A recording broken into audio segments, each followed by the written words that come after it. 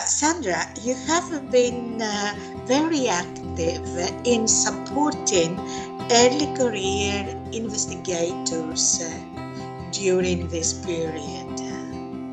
Could you just spend a couple of minutes speaking about who is an early career investigator or an early stage researcher? Well, yes, within the post-action devotion, I was a virtual networking support manager, and within this, we realized together with Joan Lalora, our chair, that we have a large number of early career investigators, so approximately half of all the network members. And early career investigators are mostly PhD students and postdocs, researchers that are younger than 40. I think this is like some criterion, but we also have some students from like a master level students and higher. So this is quite a large group of young professionals, and they share some similar struggles on their pathway and in their career. So we realized that it would be nice to offer something to this specific group.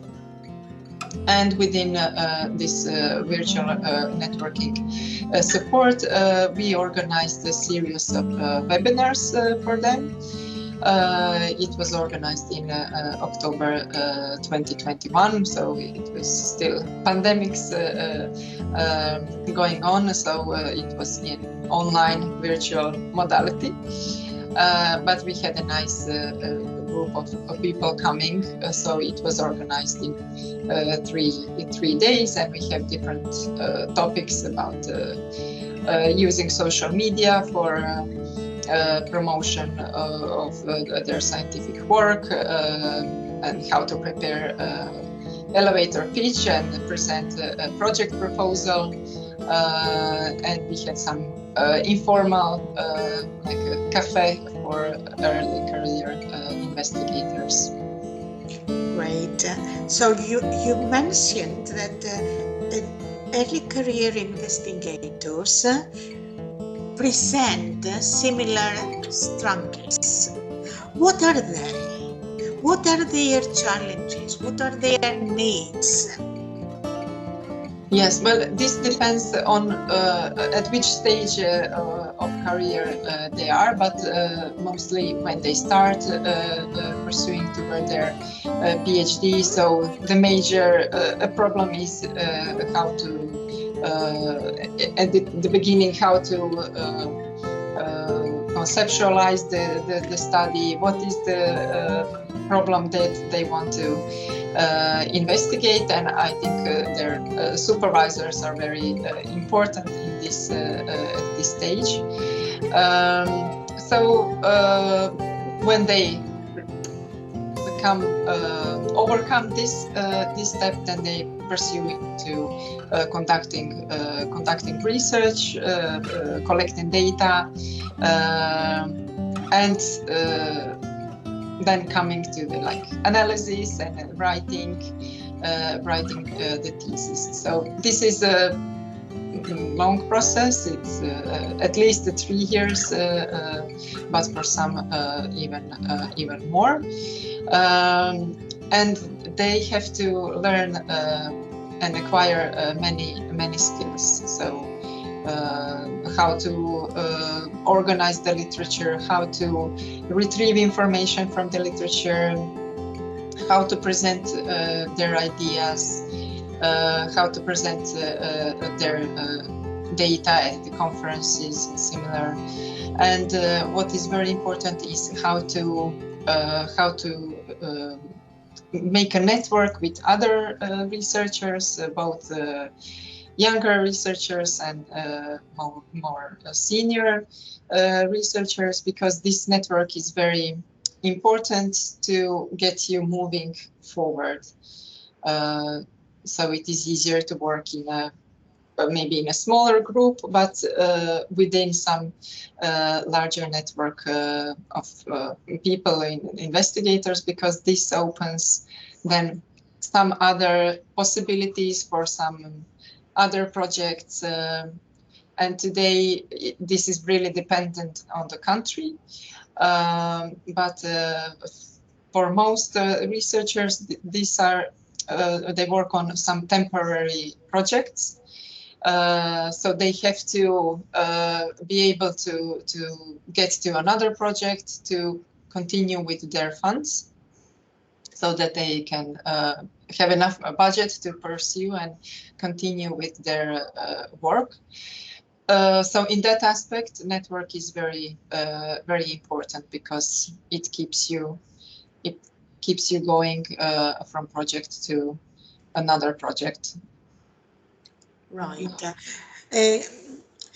Going back to the top of the list that you have just made, um, how can an early stage investigator conceptualize the study? What tips or guidance can this person receive, so that this person can move successfully to a good conceptualization of the study he or she is to proceed with?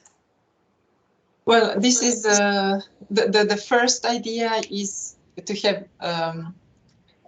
idea what you like, what is the field. So I'm in a field of psychology, specifically in reproductive mental health or peripartum mental health. But for other researchers, they have their own field or something even more specific within this. So this is dependent also on the circumstances. You might be hired for some project that you don't know much about, or you have some previous experience and you choose a supervisor in this specific field because you want to pursue in that. So how to get to idea what to investigate is like to read and read. This is very important. So to get some idea what is that you are interested in. And I think for especially for a PhD, since it is taking several years, it has to be something that you can put your heart and time and efforts invest in it. So it is easier if it is intrinsically motivated. So reading and what to read, it is you have to read relevant papers, most recent, and what is good in the papers, like the most important section at this stage is the limitation section, because researchers, when they publish a paper and they discuss their findings, they have to write about the limitations of their study, limitation of their findings, and they usually provide some information about what would they do better next time, what is necessary to investigate more. And I think these kind of information are the most useful for young researchers. So at the beginning, you read, and you don't have that sense of accomplishment at that stage. And I think this is also important to address, how to cope with your emotions, because This is a very long a period of time, and we are like used to get some things done, and then at this initial stage you go like forward and back and forward, so it is sometimes difficult to disentangle all these ideas, and then again supervisor is important here so that you can discuss these ideas with the supervisor or someone else who is in this field. And I think that nowadays with social media, especially Twitter for researchers, it is very easy to approach someone with some specific question. So this is also something that senior researchers would be happy to share with PhD students some of their insights. So in this conceptualization phase, it is very important to read, to find, to get to that problem. What is the problem that you want to resolve in your study? Excellent. And Sandra, being with early career investigators for quite some time, what have you heard from them as the most serious challenges concerning the supervision they get and the relationship they build or not build with their supervisors? Well, yes, that is the supervisor is very, very important person for a PhD student, and I can speak here personally that I had my first experience was with a supervisor whom it was very difficult to approach, to ask some questions, and it was difficult to work with or to progress. With the changes of life circumstances, I moved to another town, so I changed also supervisor, and then everything became like really, really smooth. So it's not always easy, and I think it is very important to before asking the supervisor to engage together, or to hear a little bit from their previous PhD candidates, what is like to work with the person. This is not always possible because you get hired for the project and then you're, let's say, stuck with the supervisor. But it is you learn to develop some other skills that you didn't know you can have, and it will definitely be beneficial for a young researcher to deal with different situations and people also, because this is something that you carry on then in life later on. So supervisor is important figure, but if there is not like a perfect match, there are always other people whom you can ask help from at university, or as I said, like this network, online network. And this is something that even young researchers can start building up on social media. So this is also some of the important skills to build on during their PhD and after. And Sandra, as a short list, what should an early career investigator have in mind when choosing a supervisor of high value? what should they look for? What qualities in this supervisor? I can hear approachable. Yes. This one. What else would you add? Well, of course, sometimes you're not, you don't have like 100 of possible supervisors. Because you're in a specific field, and then at some university you have maybe only just a few possible professors to ask to lead you in this process. So it is sometimes like restricted with the circumstances. But what I would also suggest is to look for a list of publications. So how frequently does the supervisor publish his or her work, and whether the supervisor publishes with previous PhD students, because this is also very important. So during the process of coming to PhD thesis, you have to resolve this publishing process, and it is important to have a supervisor who is active in this field. So we can say that this is something objectively. You know, you can go to Google Scholar and look for the recent publications and see whether they're with PhD students.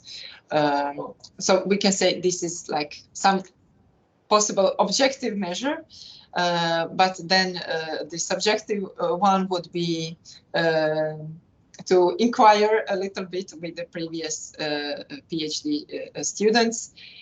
Also, you have to take it not like completely believe it, because there is always possibility that there might be some mismatch between the two of them, but that you would have a nice relationship with the supervisor. So it is like a combination of the factors, I would say. And Sandra, I guess that this relational aspect is not only one way, but it goes both ways. So how can an early career investigator cultivate a good relationship with their supervisor? Yes, I like that you mentioned that, because it is always a two-way street. So I would say first, first be polite and like approach in a very nice, even from a humble position, asking for whether the supervisor would be willing to take the lead in this process. And I would say that it is always helpful to have to come with some ideas, to come with an idea, and that supervisor can see that the young researcher is that has read a lot and that is really interested in the topic and is active in this. So I think this is like to be polite and like prepared and proactive. Thank you. Excellent. You mentioned the importance of the network, and you also mentioned some tools to expand your network. Can we focus now on how one, an early stage career investigator researcher, how can he or she build a good network? Yeah, so I think nowadays with social media, it is much easier to build a network than before.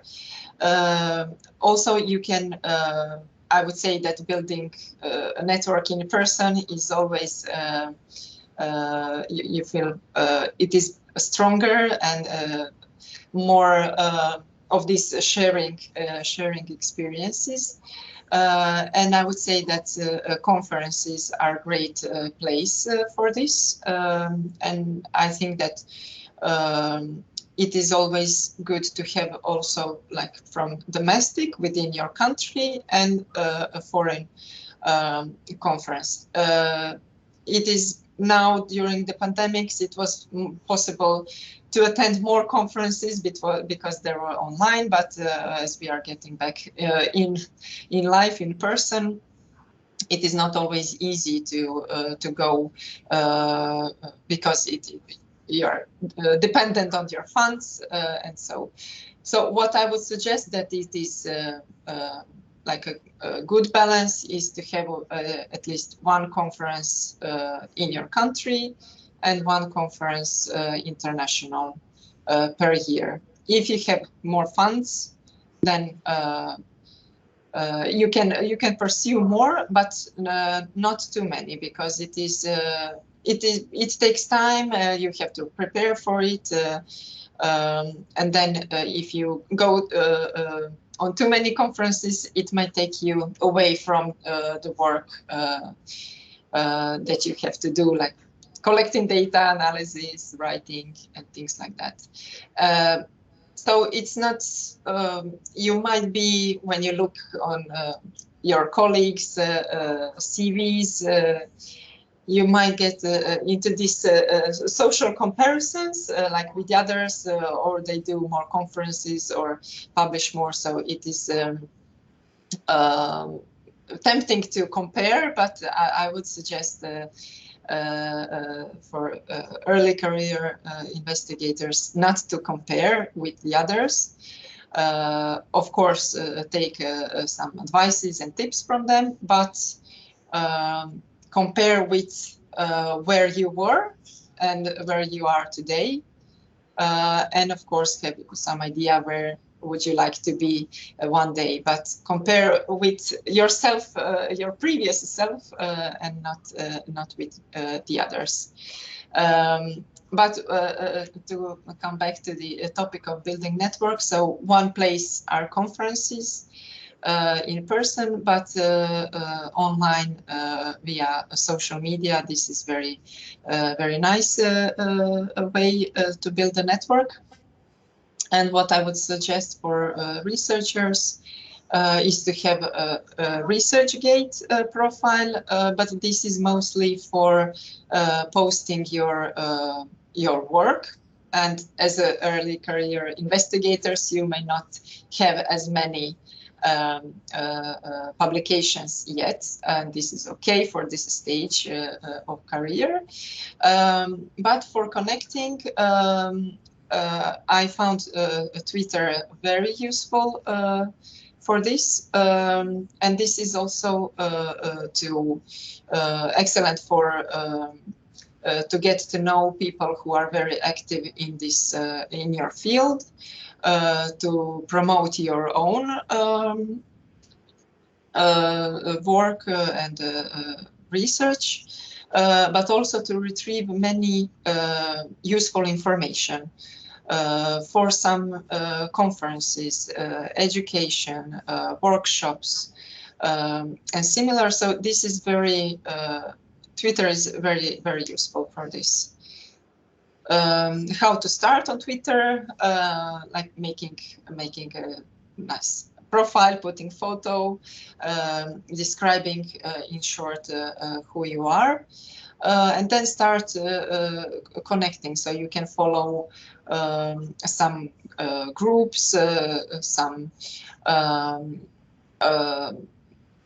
organizations, institutions, even non-governmental organizations that are within your field, and people who are prominent in your field. And little by little, you start to build your network. And also to get followers, it is very good if you reshare useful information.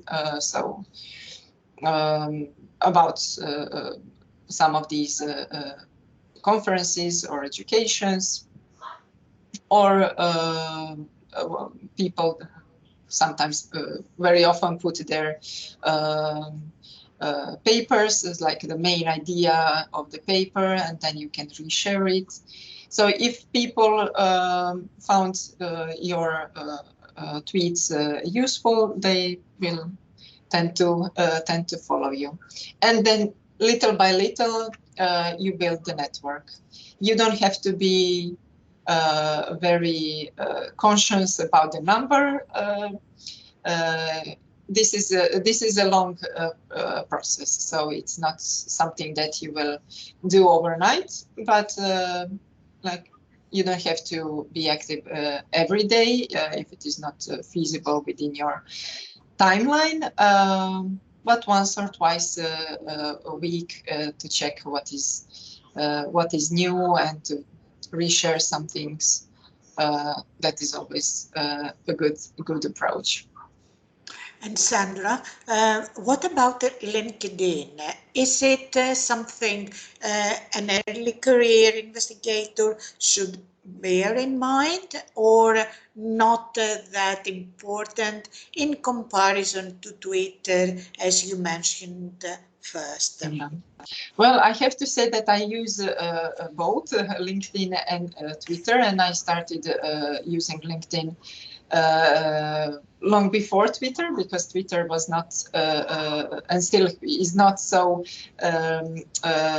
well used for the researchers in Croatia. So I started with the LinkedIn, but I found them very differently. So LinkedIn is, I would say, more slow in comparison with Twitter, because on Twitter you get tweets immediately. And on LinkedIn, you sometimes there are some posts pop out that are a month old. And on LinkedIn, mostly you have people from other fields as well. And on Twitter, I see it as a more focused, based on your expertise in specific field. I also like LinkedIn. I use it also for posting some of the research and like news. But for my specific field in this part of mental health, I found Twitter more useful. But so this is something you can use them in parallel for different things. LinkedIn is also very good for connecting. And this is something that you build over the time. LinkedIn is also very useful for if you're looking for a job. Then there is like open to work, or you see a button like hiring. So it is. I would say it is also useful. I would, from my point now, I would maybe give more preference to Twitter, that I found useful in networking within the specific field. Would you say that in terms of funds possibilities, is there any difference between LinkedIn and Twitter? Oh, that would be difficult. Difficult question. I wouldn't know the exact answer to that. But I see that on Twitter there people are announcing if they're also hiring, if they have new ongoing project that they need assistance or things like that. So I would say that you would get to that information more quickly than on LinkedIn. So actually, from what I could get from your narrative, Sandra, when you use Twitter or whatever your preference, you need to be balanced in offering as much as receiving. And when you send, for example, reshare info, which is which has reached you about something else, an event, etc. And not only promoting your skills or your thing. Yes. Yeah, so there are some tips that you should, that the ratio should be 1 to 4. So 1 you post about you and 4 about some other people, other studies or some information about conferences and other things. So your own should be in lesser extents. But on Twitter, it is very easy because mostly you just need to click retweet, and then you are not obliged to put your own thoughts about it, or you can retweet as a quote tweet, and then you can add something that you find very useful about some paper or some information. Right. And have you got any ideas how you can organize this media towards building a network work? How can you organize it? Are there any tools so you can use so that you spend, let's say, that much effort on putting things together and then do it, or you have to, as you said, once or twice a week you spend time doing fresh work at the moment? I have to be honest that I didn't completely understand the question. So the question is whether you need some what kind of media? You prefer Twitter, so let's Yeah. focus on Twitter. Maybe LinkedIn if you want to add something about it. But are there any tools that you can use? I mean, you, the early career investigator, can use so that he or she can organize in bulk, or should this person do it the moment that he works on this subject, network expansion? Okay, so at the beginning, it is you have to dedicate maybe even a few hours at the very first time when you open the profile. But then,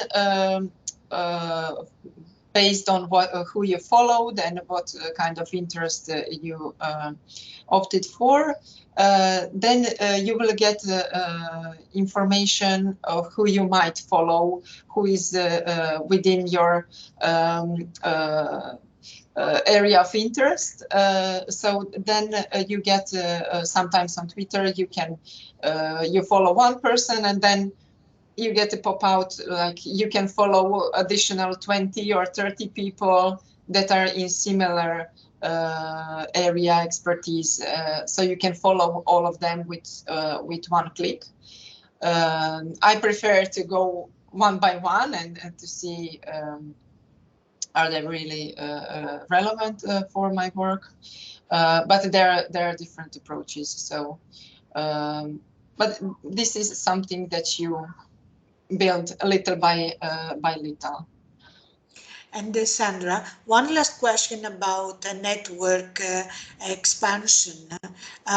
Sometimes an early career investigator may feel a little bit shy to ask a question or ask for support or for information from a very experienced high rank a researcher or a scientist, is it something that is real, or is it just because we do not dare to make the first step?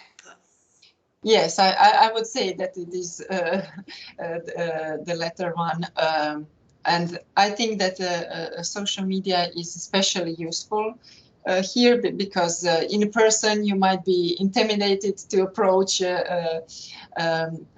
some important professor and ask him something. But on Twitter, this is like very non-judgmental area and very informal. And I see that many, especially young researchers, posted their own question on their profile, and then many people answer to that. And this is also a way to make a connection, and there's a possibility to direct messages. So I would say that especially those senior professors who are using Twitter, they would be more than happy to answer the question. And in the worst case scenario, they won't give an answer. They won't do anything. So there is no harm in asking the question. So whenever you feel the fear, just ask yourself what would be the worst case scenario, and usually it is something very minor. So I would Yeah. encourage early career investigators to ask, to open, and sometimes this can be even beginning of some nice collaboration in future. So you never know. Right. So perhaps here is the point to speak about these new projects to move on so that you can continue with whatever fires your soul. How can you do that? Have you got any tips here, like you mentioned in expanding the network, or other tips? Yeah, so this is very challenging, especially nowadays, because science and academia also is becoming more competitive and more like this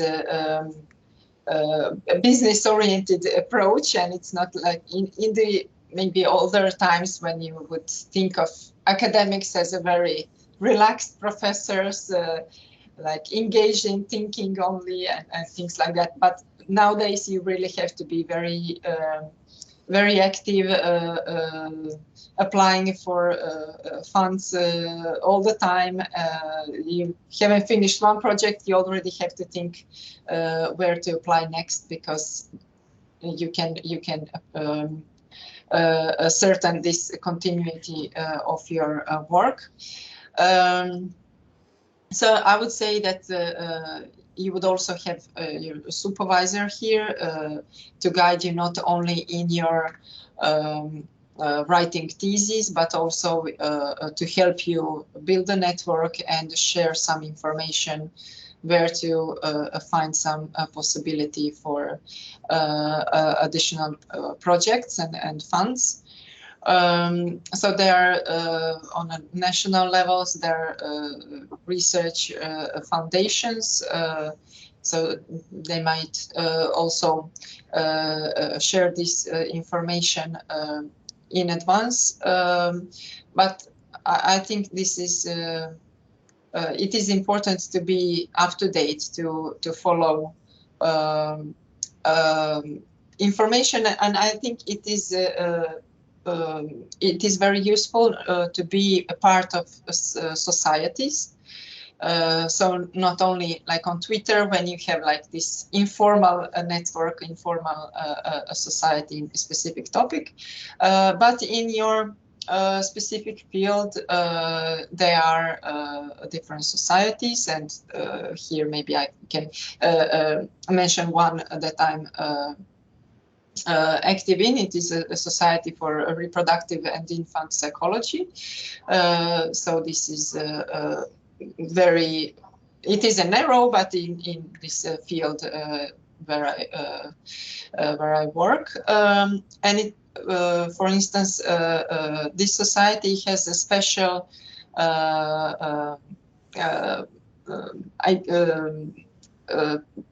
special attention for early career investigators. So they have a special group and meetings for early career investigators in the field of reproductive and infant psychology. And society shares information about some projects, and this is also a possibility to get information about maybe new projects, new ways to where to apply for the upcoming projects. But I would say it is important to have some of the network even before you see somewhere that it is announced like a new position. And in that way, these societies can be very useful. Right, Sandra. And if I asked you to provide 3-4 keywords to find your way in new position possibilities or funding or grants, which words would you choose? I would use research, project, hiring, funds. So basically, the words you mentioned, I think that would be mentioned in every call for applicants. Okay. Yeah. And finally, let's go to the actual work of collecting data, analyzing data, and writing your thesis or whatever paper, etc. What are are there some tips here or some guidance for an early career investigator? Well, I have to say, I will start this that I'm trained in cognitive behavioral therapy. So, and in CBT, you have to define like a long-term goal, and this would be like finish your thesis or write a paper. But what is important is to chunk down this long-term goal into some short-term goals, and even this can be narrowed down to very small tasks. So, for instance, if you're writing a paper, and then you have to, like, you prepare yourself like, okay, today I'm starting to write, and then you open like a blank sheet in a Word document, and then you feel intimidated by the whiteness and then the pressure that you have to fill it in. And of course, it is difficult to move away of the computer because you don't feel that you accomplished enough that day, because you always have that goal of finishing the paper. So it is very important to chunk it down to what can be achieved in one day, or I don't know, you have 2 hours to dedicate on that specific day. What can you do in 2 hours? Sometimes it is difficult at the beginning because you have to read a lot, and you might not write even one sentence, or you may spend like 2 days reading large books and to write one line, and that is okay. So what I suggest is to write down your tasks, and then when you finish it, like, tick the box. And it is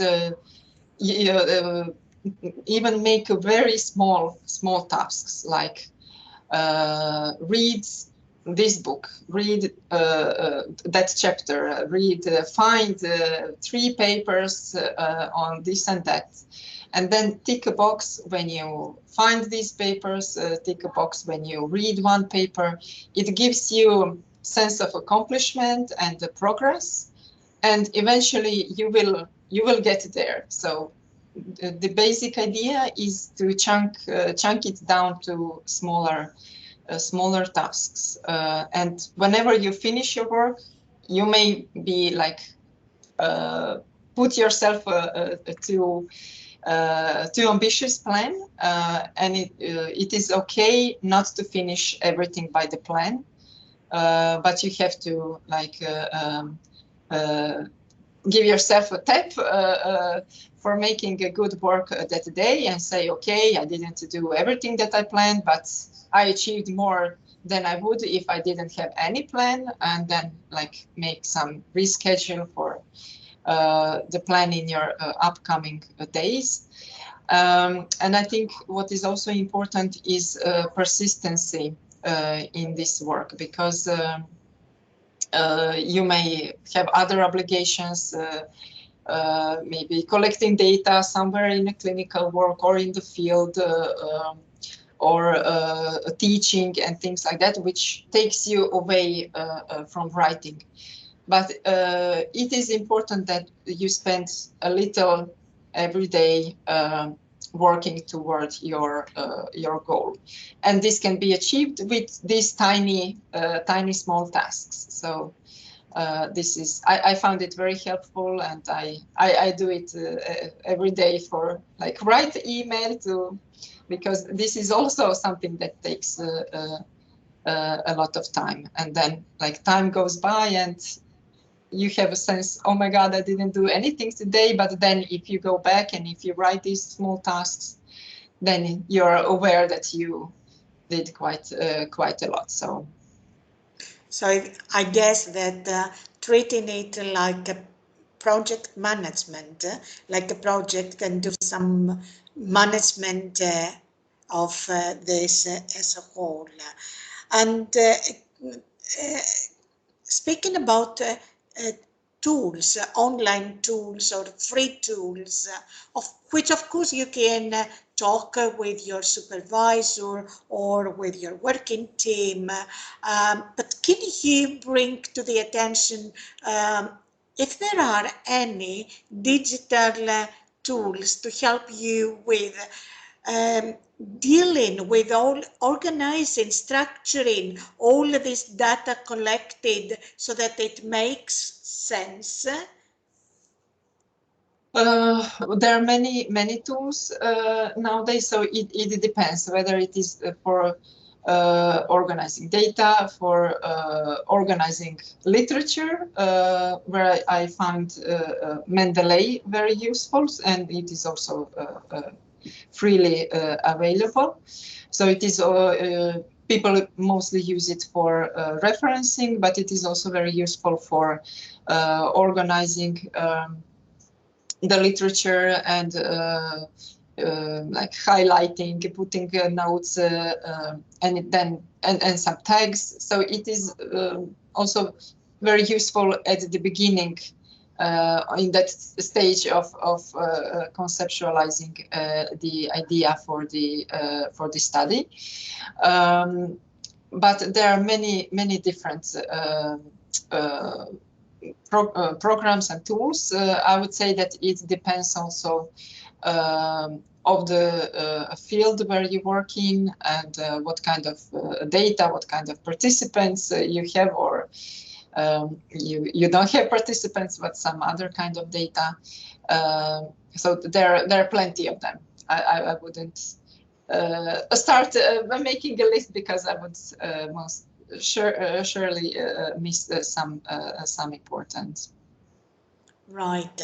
And we know that you need to publish before you are awarded your PhD, and usually when it is the beginnings of your publishing profile, perhaps you feel a little bit intimidated, is there any guidance in this direction, how they can try to find the journal, the right journal, or the right space to submit?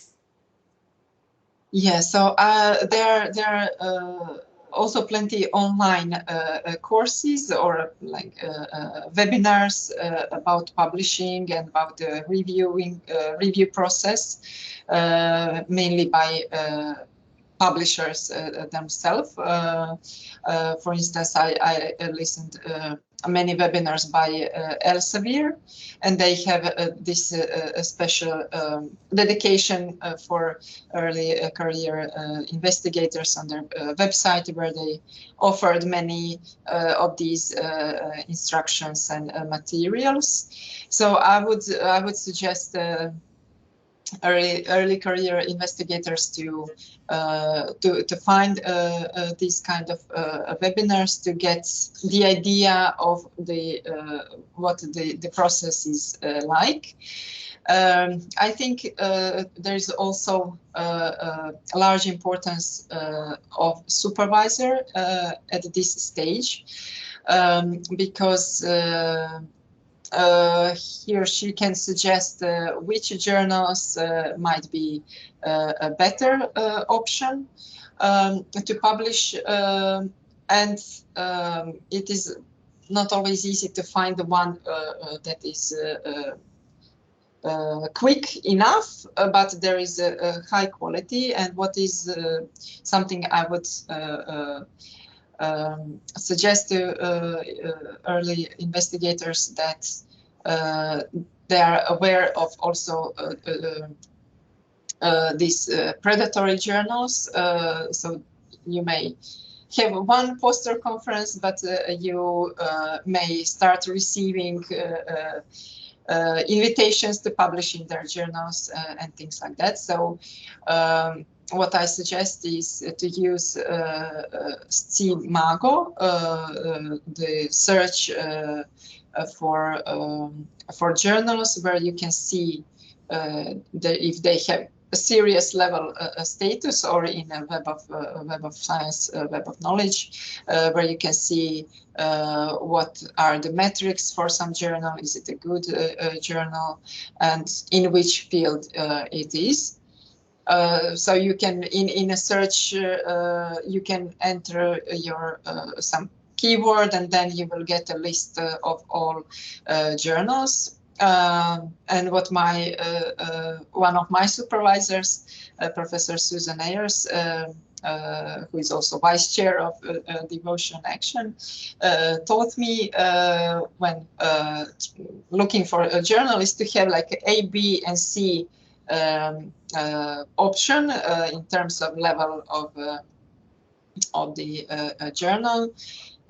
So you first aim to the best, but there are really high rejection rates, and this is it is okay to be rejected. Everyone got rejected, so it is something that you just have to get used to it, and it is nothing to do with you personally or with your work, but hopefully you get reviews, and then you can improve your manuscript, and it is always a good thing to have good reviews to see how someone else looks at your project. And then you may aim to a level B or level C. So this is a good thing to have this prepared, like a list of several journals in advance, because then you feel like a little bit relieved if you got rejected. Okay, I know what is the next step. And sometimes it is also useful. So when you write your paper, then go just through your reference list and see which journals are mentioned the most. So these are the ones that are already published something in this field, so they might be like the best option to do this. Or you can go to some specific journal page, and then you can go search in their archive to see whether they publish something on your topic or not. So these are like some ideas, but I think supervisor would be also helpful here in providing information if has experience with the journal before, if they are interested in certain topic, or like the process takes too long, and information like that. But this kind of information you can find also on a journal website under the aims, and also there, like from when you submit it to the first review or the acceptance. So this kind of information are mostly on their website. Excellent. And you mentioned how important it is to you to present yourself or your work in a way that is short, juicy, and up to the point. Can you use the elevator speed and present yourself and your work? Olga, this is the tough one. Yes. Okay, so elevator pitch it takes 1 minute, so I would try to be brief. So I'm Sandra Nakic Rados. I'm an associate professor at Department of Psychology at Catholic University of Croatia, and my main interest is in peripartum mental health. I started working in this field 15 years ago as a research assistant on a project on postpartum depression at the obstetrics department. And when I found a love for this field, because it is very related, both research and a clinical practice. So you immediately see people who you may help with your research. So that is something that drew me to this field. And I'm trying now to build my own team of young researchers pursuing projects and working on this, what I would say, very important topic, because babies got born every day around us, so it is important to give them like the best start and to help their mothers and families to have like a happy time in life. Thank you very much, Sandra, for this short but high impact discussion we had. Thank you. Thank you, Olga. It was a pleasure.